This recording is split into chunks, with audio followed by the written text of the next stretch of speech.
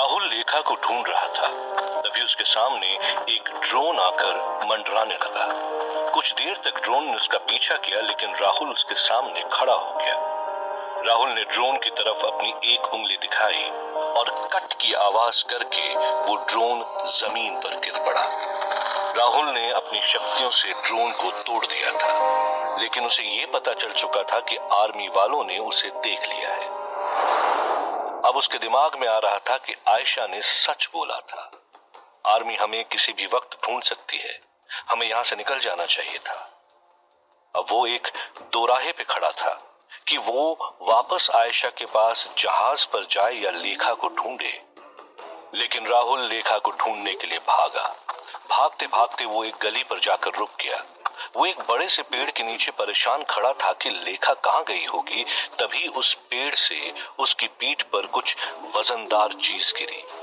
राहुल भी उस वजन से नीचे गिर गया। गिरते ही एक लड़की के दर्द से चिल्लाने की आवाज आई। उसने मुड़कर पीछे की तरफ देखा तो वह हैरान रह गया। वो लेखा थी जो पेड़ से नीचे गिरी थी। राहुल तुरंत उठकर उसके पास गया और बोला, लेखा, तुम जिंदा हो? मुझे यकीन था तुम्हें कुछ नहीं हुआ होगा, लेकिन तुम इस पेड़ पर क्या कर रही थी? लेखा काफी डरी हुई थी। उसने तुरंत राहुल का हाथ पकड़ लिया और कहा, जब तुम और आयशा घर से निकल गए तब मैंने देखा कि कुछ आर्मी वाले हथियार लिए हुए हमारे घर की तरफ आ रहे हैं। उन्हें देखते ही मैं उनसे बचने के लिए पीछे के दरवाजे से निकलकर भाग गई। मैं घर से निकली तो हर जगह सैनिक थे। मुझे समझ में नहीं आ रहा था कि मैं कहां जाऊं। फिर मुझे ये पेड़ दिखा। मैंने तुम्हें देखकर पेड़ पर चढ़ना सीखा था। उसी से मैं इस पेड़ पर चढ़कर छिप गई। लेखा ने गहरी सांस लेकर कहा, मैं यहाँ छिपी हुई थी, लेकिन मुझे तुम पर पूरा भरोसा था। मुझे पता था कि तुम मुझे ढूंढते हुए यहाँ जरूर आओगे। लेखा राहुल से ये सब बातें बता रही थी और राहुल उसकी आंखों में देखे जा रहा था। राहुल के दिल में लेखा को जिंदा देखकर एक सुकून मिला था। लेखा भी राहुल को प्यार भरी निगाहों से देख रही थी। धीरे धीरे दोनों के होंठ करीब आने लगे और अगले ही पल दोनों ने अपने होंठ एक दूसरे के होंठों से लगा दिए। इतनी सारी मुसीबतें उन लोगों को घेरे हुए थी। पाकिस्तानी आर्मी उन्हें हर तरफ से ढूंढ रही थी, लेकिन इन सब बातों को भूलकर दो प्यार करने वाले आपस में मिल चुके थे। उन्हें जैसे किसी बात की कोई फिक्र ही नहीं थी। तभी उन्हें वहां किसी के आने की आहट हुई और वो दोनों एक दूसरे से अलग हुए। राहुल ने सामने की तरफ देखा तो आयशा उनसे कुछ दूर पर खड़ी हुई उन दोनों को देख रही थी। उसकी आंखों में आंसू थे। उसी वक्त दूसरी तरफ माया तेज रफ्तार से अपनी कार ड्राइव करके कहीं चली जा रही थी। तभी उसने देखा कि सामने से एक बड़ा ट्रक उसकी तरफ चला आ रहा है। उसने कार साइड करने की कोशिश की, लेकिन कार का स्टीयरिंग मूव ही नहीं हुआ। माया को ऐसा महसूस हुआ जैसे कार का स्टीयरिंग लॉक हो गया हो। माया ने कार की स्पीड थोड़ी स्लो कर ली, लेकिन वो ट्रक हॉर्न बजाते हुए सीधा कार की तरफ आ रहा था। कार भी एकदम सीधी चलती जा रही थी। माया कार को रोककर उतर के भागने की कोशिश कर रही थी। वो उससे उतर के भाग पाती इससे पहले वो ट्रक धड़ करके कार से टकराया।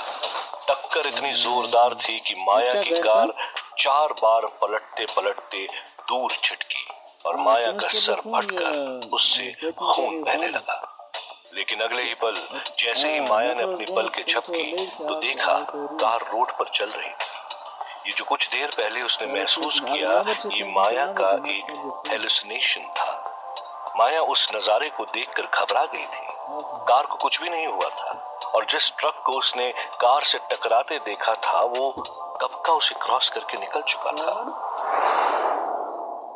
माया बहुत ज्यादा घबरा गई थी। उसने कार एक किनारे पर रोकी और उसका गेट खोलकर बाहर निकलने को गई तो उसे कुछ अजीब सा महसूस हुआ। उसने कार के मिरर में जो देखा उसे देखकर वो हैरान रह गई।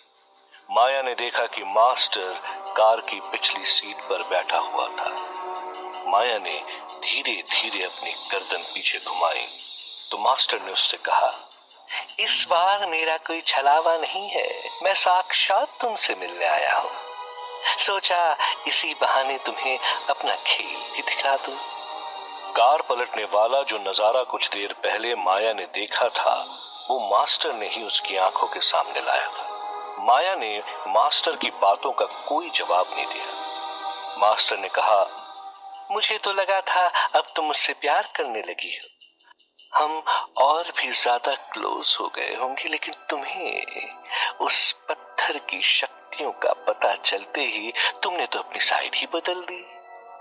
माया ने अपने चेहरे पर मुस्कान लाते हुए कहा, आप इसे तो सीखा है अपने लक्ष्य को पाने के लिए क्या क्या करना चाहिए, तो अब मैं भी उसी रास्ते पर चल रही हूं। माया अंदर से तो घबरा रही थी, लेकिन मास्टर के सामने वो ऐसा बिहेव कर रही थी जैसे कि वो उससे बिल्कुल भी नहीं डरती। मास्टर ने कहा, चलो ठीक है, लाओ तुम्हारा वो लक्ष्य मेरे हवाले कर दो। माया ने कहा, शायद आप भूल रहे हैं कि आपके पास जितना हिस्सा है उतना ही मेरे पास भी है।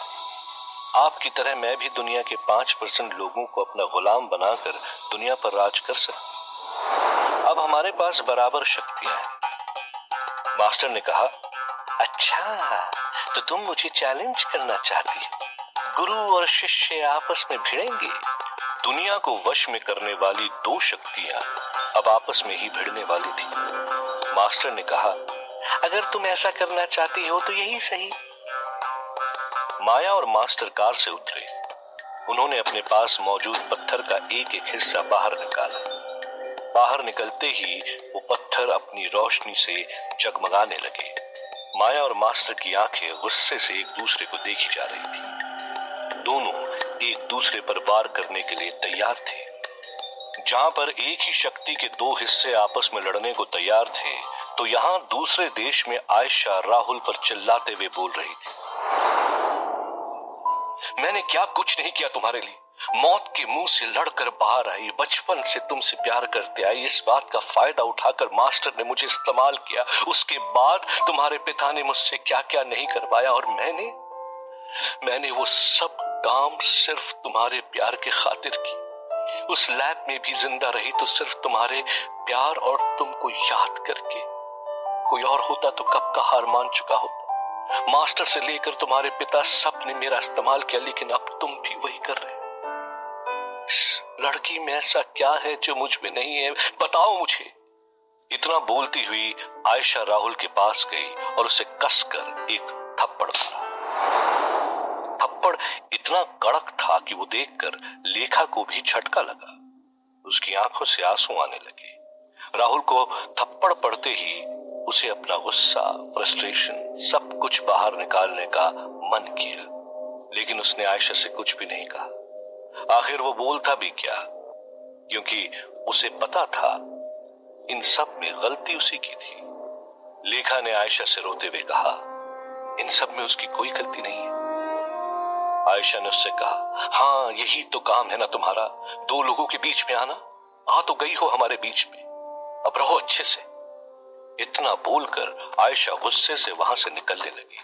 राहुल ने कहा, आयशा रुक जाओ, कहां जा रही हो? रुको, सब साथ में चलते हैं। लेकिन आयशा नहीं रुकी और वो आगे निकल गई। राहुल ने लेखा का हाथ पकड़ा और कहा, हमें भी चलना चाहिए। राहुल और लेखा वहां से निकलने ही वाले थे, तभी पीछे से किसी ने राहुल पर गोली चलाई। गोली राहुल के हाथ में लगी। राहुल दर्द से चीख उठा। आह! उसने पीछे मुड़कर देखा तो उसके घर का मालिक दो पुलिस वालों के साथ वहां पर खड़ा था। रफीक ने राहुल के पास आकर कहा, साले टेररिस्ट, मुझसे झूठ बोलकर मेरे घर में रहने लगा और यहाँ की आर्मी को भी मेरे घर में आने की दावत दे दी। तेरी वजह से मेरा घर मेरे हाथ से जाते जाते बचा है। वो तो अच्छा है मैंने तुझे यहाँ देखकर चुपचाप इन पुलिस वालों को बुला लिया, नहीं तो तू हमारे देश के लिए खतरा बन जाता। रफीक ने पुलिस वाले से कहा, यही है साहब, वो पकड़ लीजिए इसे। पुलिस वाले राहुल को पकड़कर ले जाने लगे। राहुल ने कहा, अरे रफीक भाई, आप गलत समझ रहे हो, हम कोई टेररिस्ट नहीं है, आप हमें अपनी बात समझाने का मौका तो दीजिए। लेखा डरी सहमी सी वहीं पर खड़ी हुई थी। पुलिस वाले ने उससे कहा, तुझे जो भी बोलना है अब पुलिस स्टेशन में जाके बोलना, चल चुपचाप हमारे साथ। जब रफीक और पुलिस वालों ने उसकी बात नहीं मानी तब राहुल ने एक पुलिस वाले को धक्का देकर गिरा दिया।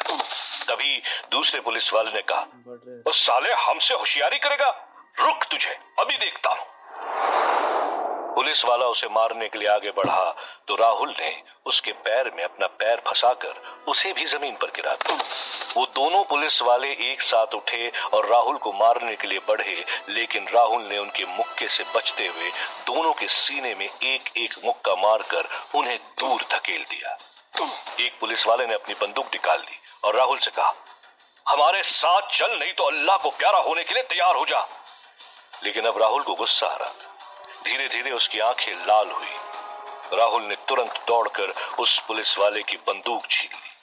पुलिस वाले को समझ में नहीं आया कि ये सब क्या हुआ।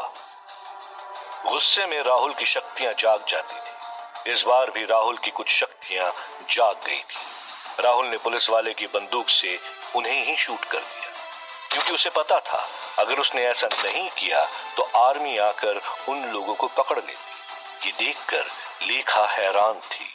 उसके बाद बंदूक नीचे फेंककर राहुल ने रफीक का गला जोर से पकड़ लिया और उससे कहा, तुझे मैं सब कुछ बता रहा था ना, अब भुगत मेरी बात ना सुनने का नतीजा। राहुल ने उसकी गर्दन कस के पकड़ ली। रफीक कुछ बोलना चाह रहा था, लेकिन सांसें अटकने की वजह से वो कुछ बोल नहीं पा रहा था। लेखा ने चिल्लाकर कहा, राहुल छोड़ो उसे, वो मर जाएगा। तभी राहुल की आंखों के सामने एक नजारा आया। चारों तरफ रेतीली जमीन थी। वहां पर त्रिकोण के आकार के कुछ घर जैसे बने हुए थे, जिसके अंदर एक ताबूत में मम्मी पड़ी थी। ये नजारा देखकर राहुल एकदम सुन्न हो गया था। उसे समझ में नहीं आ रहा था कि उसके साथ क्या हो रहा है। तभी उसका हाथ रफीक के गले से ढीला हुआ और रफीक वहां से भाग गया। राहुल को जो नजारा दिखा था, ये वही चीज थी जिसके बारे में हमें इतिहास में पढ़ाया जाता है, इजिप्ट का पिरामिड। राहुल को लेखा की आवाज भी सुनाई नहीं दे रही थी। राहुल बड़ी बड़ी आंखें करके उसे देखे जा रहा था, लेकिन लेखा को क्या पता राहुल क्या देख रहा था।